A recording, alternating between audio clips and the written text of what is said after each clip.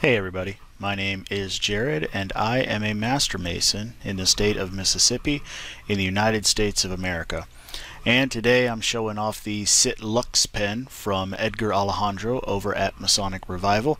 Make sure you go check out all the different kinds of pins he's got.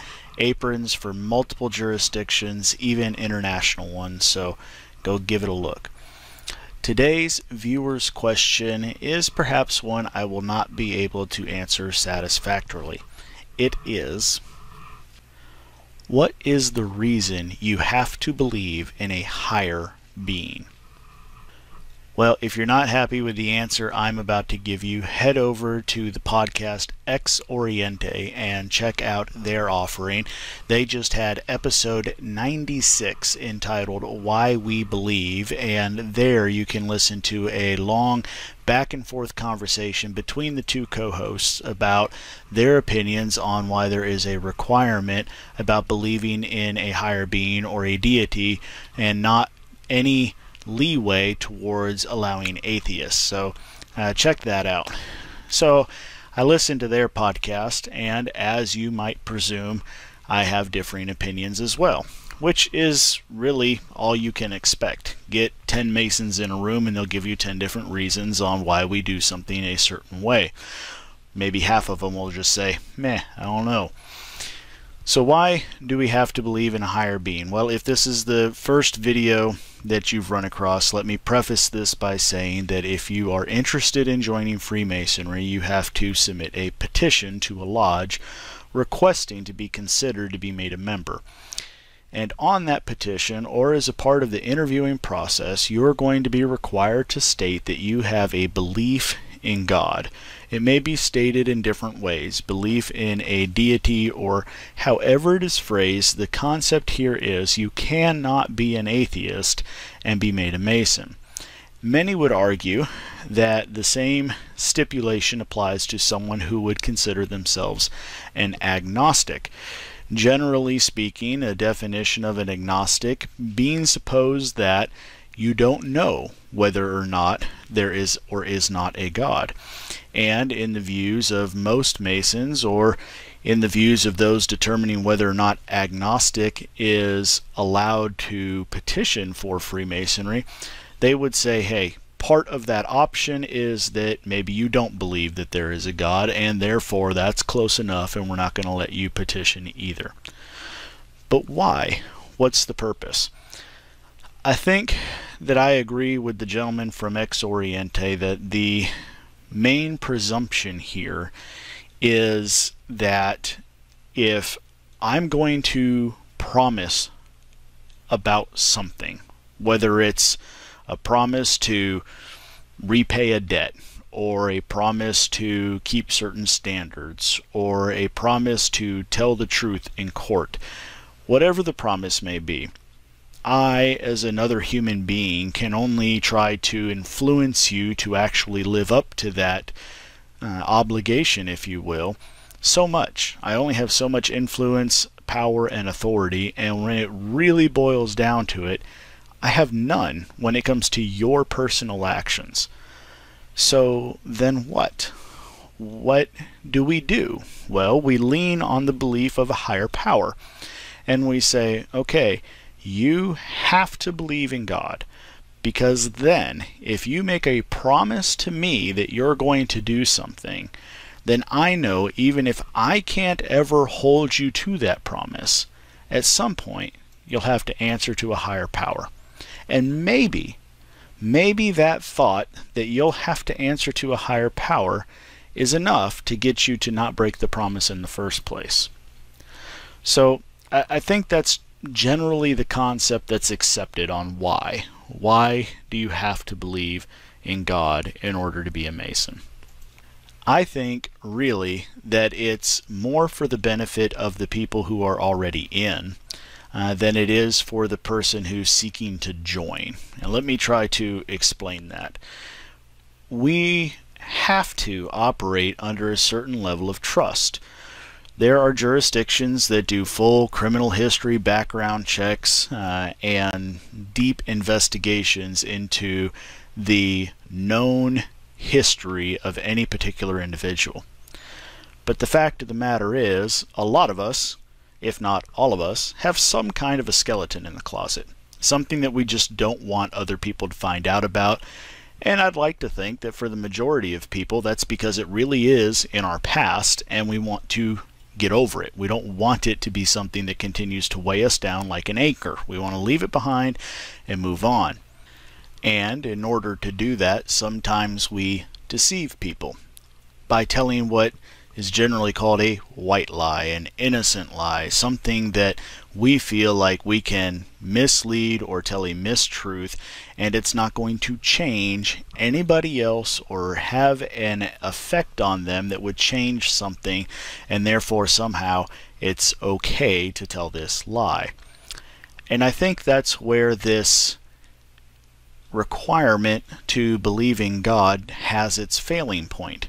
Because if I am somebody who's willing to tell that deception, if I'm somebody who's willing to say, oh yes, I absolutely believe in God, but I don't, there's no real way for you to verify that. There's no requirement to be a baptized member of a Christian church in order to show that you really believe in God. There's plenty of God-believing, God-fearing people out there who believe that religion is much more of a personal thing and not something to be taken out into the community. Or it's something that they would be comfortable with taking out in a community, but they don't agree with the interpretations of the different denominations that are currently out there. Whatever the case may be, the fact remains that there is no way for us to really prove that you actually have a belief in God. We can go do those criminal history checks and all those kind of things we talked about, but how do we prove it? We can't. Really, it's the belief of the people who are doing the investigation. They believe that if you lie, that a higher power is actually going to enforce consequences on you for telling that lie. So if we try to tear this apart, I don't know another way to say that, but if we try to break it down and think about why this requirement is in place, I think it's more of a statement of our belief in God than it is of the petitioner's belief in God. If we believe that everything else we found about the man is good, and we didn't catch him in any of these little lies, then we generally would suppose that he is a man of God, that he believes in deity, and so we move forward. But it's our belief that he will actually be held accountable if he breaks a promise that is what gives us the good feeling, the comfort level, to be able to say, yes, let's let him in the lodge. Because at that point, because of our belief, if he makes a statement and does not live up to it, then in our hearts, we're the ones who believe, okay, well, we'll kick him out of this fraternity, and at some point, God will sort him out. But if that person doesn't believe it, what effect did it really have on them? So I know I'm talking circles, and it's difficult. The discussion over on Ex Oriente is more interesting because they were bouncing ideas off of each other, and you can hear the conversation back and forth. And I'm sure there's plenty of you watching who would love to give some input and get some feedback with this. But I think that that's why it's there. When I think about all the symbolism in Freemasonry, and I think back to all the intricate details that are spun together and wound into these stories, even if they're things that we no longer believe to be true, that we know that there's more planets in the sky than what the ancients believed there were, and even though they thought that that was the number of planets and therefore a certain number is mystical, and now we still use that number, but we know better about the planets. Either way, the point being that they went through, the ancients, the people who first started coming up with these mystic systems, they knew at that time what they were doing. They knew how everything went together, and there was a very set purpose to it. And I believe that they spent just, I don't even know, generations coming up and making these things work so they made sense. I don't believe it was just a bar discussion one night and it magically happened to fall together, and here we are, let's just say 300 years later from 1717, and it all still just works so well for us. I believe there was a lot of effort put into it. So I think if people who were capable of breaking things apart back then were thinking about, you know, we need to make sure that there's a requirement to show a belief in God, that they would have had that discussion that I'm having with you now that says, well, but how do we prove it? How would we get someone to prove that they actually believe in God? We can get them to make it come out of their mouth. We can ask them a point-blank question, get a point-blank answer where they say, I believe in God. But we have to take them at their honor. There's no other way around it. So if we're going to do that, what's the value? Why are we going to do it? And that they would come back with the understanding that, well, the value is for the existing membership, for us to say, hey, we asked this guy, and if he breaks his vow, whether he believes it or not, we know he'll have to stand before the judgment seat one day. He will have to answer for that falsehood that he told, and that makes us feel good that we know there's going to be some resolution in the end.